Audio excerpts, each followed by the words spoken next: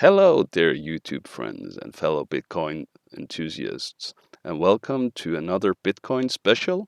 Today, we are going to talk about Bitcoin and the cost of production, Bitcoin fundamentals, and how to evaluate Bitcoin. But first, let's take a little look at the price. We got that one over here. Oh, my triangle just broke. I was supposed to take this trade. Um, but okay, that is fine. There will be other opportunities for that. So lately we had a huge rally due to PayPal introducing the ability to hold Bitcoin on PayPal. Um, and I mean, the time was to buy was when it was sitting around 10,000. That's always the time to buy Bitcoin is when Bitcoin is sitting around doing nothing and just building support for a long time. But that's not what we're here to talk about today. Today we are going to talk about the fundamentals and how to evaluate Bitcoin. So what we see here, let's zoom in on this chart. Let's zoom in. This is the cost of production, the blue line. And as we can see, the price tends to gravitate towards the blue line, towards what it cost for miners to mine Bitcoin. Because as everything else, Bitcoin price is driven by supply and demand. Right now, we see a huge increase in demand, and the miners can't keep up. But will that change for the future? As we see, as this latest date of this chart is in around 1st of April. I couldn't find any updated ones, but we will calculate the cost, today's cost of producing Bitcoin as well. So don't worry about that. So we see as of March, it cost about $10,000 to make a Bitcoin. A little bit less, 9,000. The price was there, and that is fine. So miners make a little bit of a profit. We can see here that miners are going in the negative. So what happens is when miners are not making money, they have bills to pay, so they sell off a lot of Bitcoin. So while the price is above the mining cost, then we are in sort of good spot for the miners. But as it runs too much up, then miners want to sell because they want to take some profits, and it's a good time for them to sell. So let's calculate what it actually costs as of today. Which date are we on? 18th of November. What does it cost to actually mine a Bitcoin? And we're going to use the price of electricity as they have in China for businesses, not for households, which is a little bit lower when you're talking about electricity, because yeah, these things are noisy. You don't want to have them in your home. So first we can have a look at this. How much Bitcoin you can produce with the latest gear, and what is your hash rates. So this is one of the latest Bitcoin miners.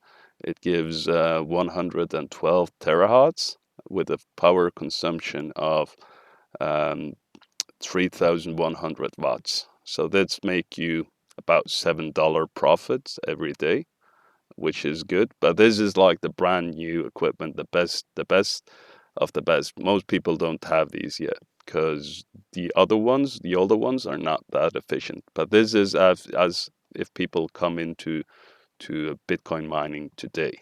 Um, so we have a yearly profit of 2,545, which is uh, very good. One of these machines cost about $1,800, so that will give you a PE, a price per earnings rate of about 0.7. So you almost you make your money back before 1 year have passed if if the Bitcoin price stays at this level. This is very important because that is the risk factor. Because a PE of 0.7 is amazing, but also you need to take account for your warehouse cost and then your rent. But you don't need that large space to per unit, so that's all right. So let's see what it actually costs to mine one Bitcoin. We do this by taking this number and dividing by this number to get one Bitcoin. So let's see on this other chart that I have here what it actually costs to mine the Bitcoin. So the power cost from mining a Bitcoin, this is without rent or anything, is today 9,300 with electricity price of $0.1, which is the average electricity price of all fees included in China for businesses. There might be some subsidies, there might be other ways to get this down, but as of today, I would say this is a pretty good estimate of what it costs to make a Bitcoin. If I do for Norway, which is my country, I need to do this, and it would cost me about $11,000 to make a Bitcoin. And now we are going to have a look and see how many Bitcoins are made worldwide during a day. And then we need to find the right chart. We go here, I believe. Sorry for this.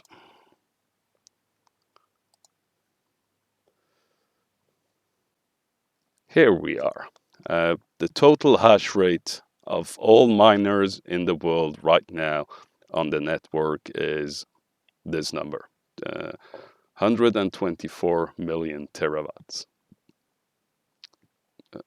And we then get this number. The new amount of Bitcoins mined every day is about 450.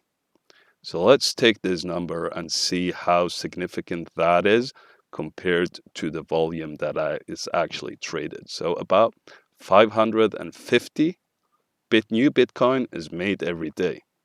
And I also believe that is less than the amount of Bitcoin that is lost every day, because analysts project that about 1,000 Bitcoins are just lost every day from people passing away, not giving their keys to their inheritance, or just people that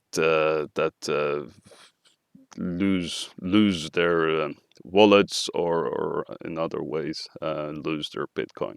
But you should never do that, so don't worry about that. So let's have a look at the trading volumes.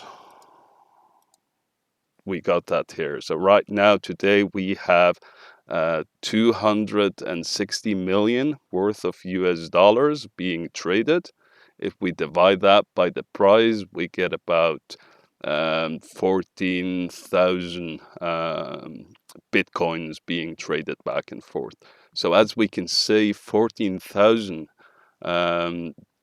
Bitcoins being traded and just 450 Bitcoins being added every day, minus the ones that are lost, that don't seem to be a huge impact. But right now, trading volumes are kind of at a peak.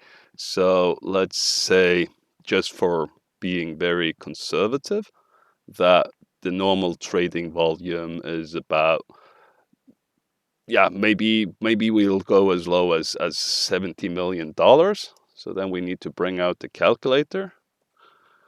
And we take 70 million, 2, 3, 4, 5, 6, divided by a Bitcoin price of roughly $18,000.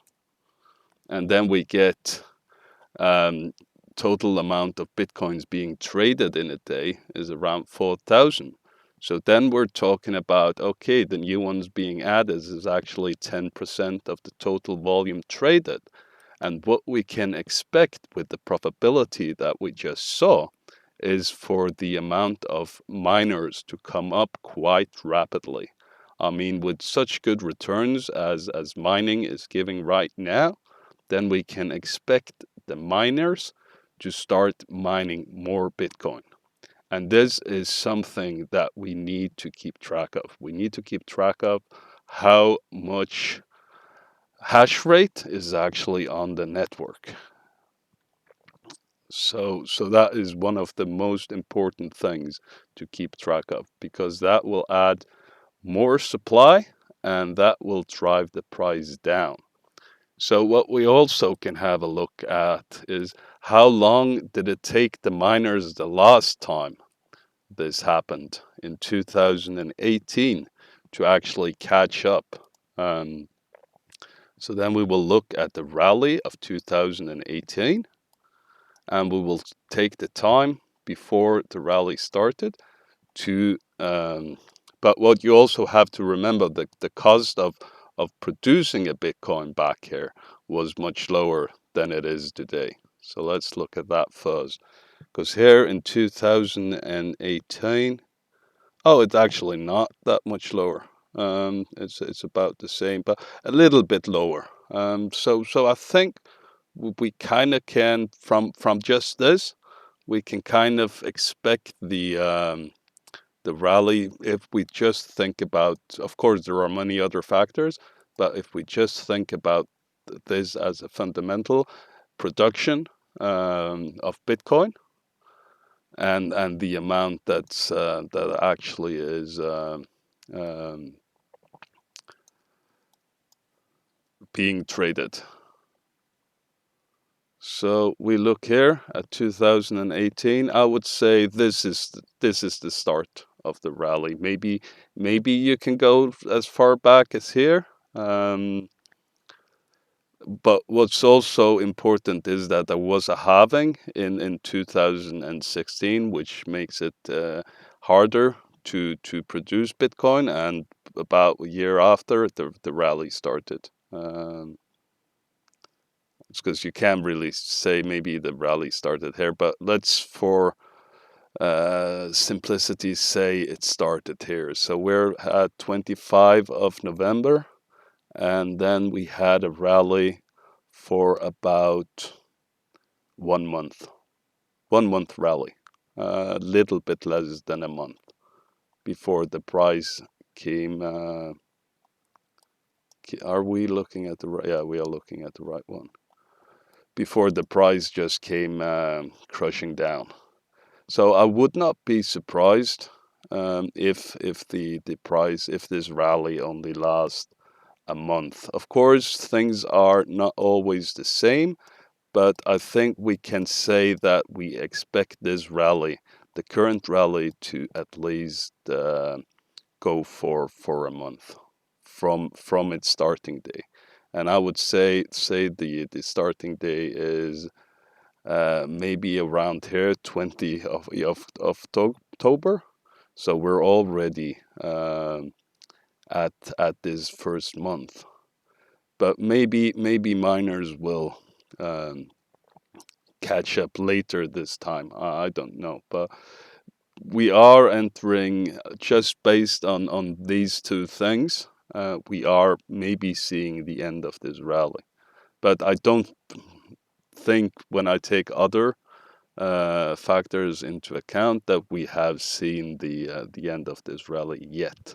But this is just based on the current the last rally, and the price running away from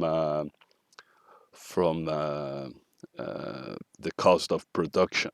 But what you also have to keep in mind, that it was easier for miners to make more Bitcoin back in 2018. It's a little bit harder now.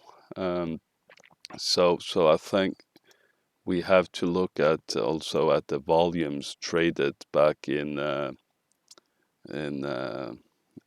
2018. So let's see if we go here and we go all time, and you can see the volumes here were were much, much higher in 2018. So we were talking billions. Now we're down here. So looking at the volumes and the hype haven't really started yet because we're still just we're not even close to this hype. But based on the model of Bitcoin will gravitates towards the cost of production, I can say that we are probably going to see a top very very soon. So I hope there's been uh, helpful to you all, and I hope to see you all back next time for the next Bitcoin special. And before we go, if you want some free Bitcoin, you can go to this site, Free Bitcoin or freebitco.in, and every hour you get a chance to roll here. I just did my roll, so I can't roll now. But then you can win 10 Satoshi. As you see, I've been doing this for a while, so I have 30,000 Satoshi, which is about 50,000, not 50,000, $50 worth. But if you believe that Bitcoin in the long run is going to multiply itself by 100 times or 1,000 times, like it have done in the past, then yeah, why not just get a free some free Satoshi when you're sitting on your PC? So I'll leave a link to in the description for this for the people who are interested. So that's it for me for today. I thank you all very much for watching, and I see you all next time. Bye for now.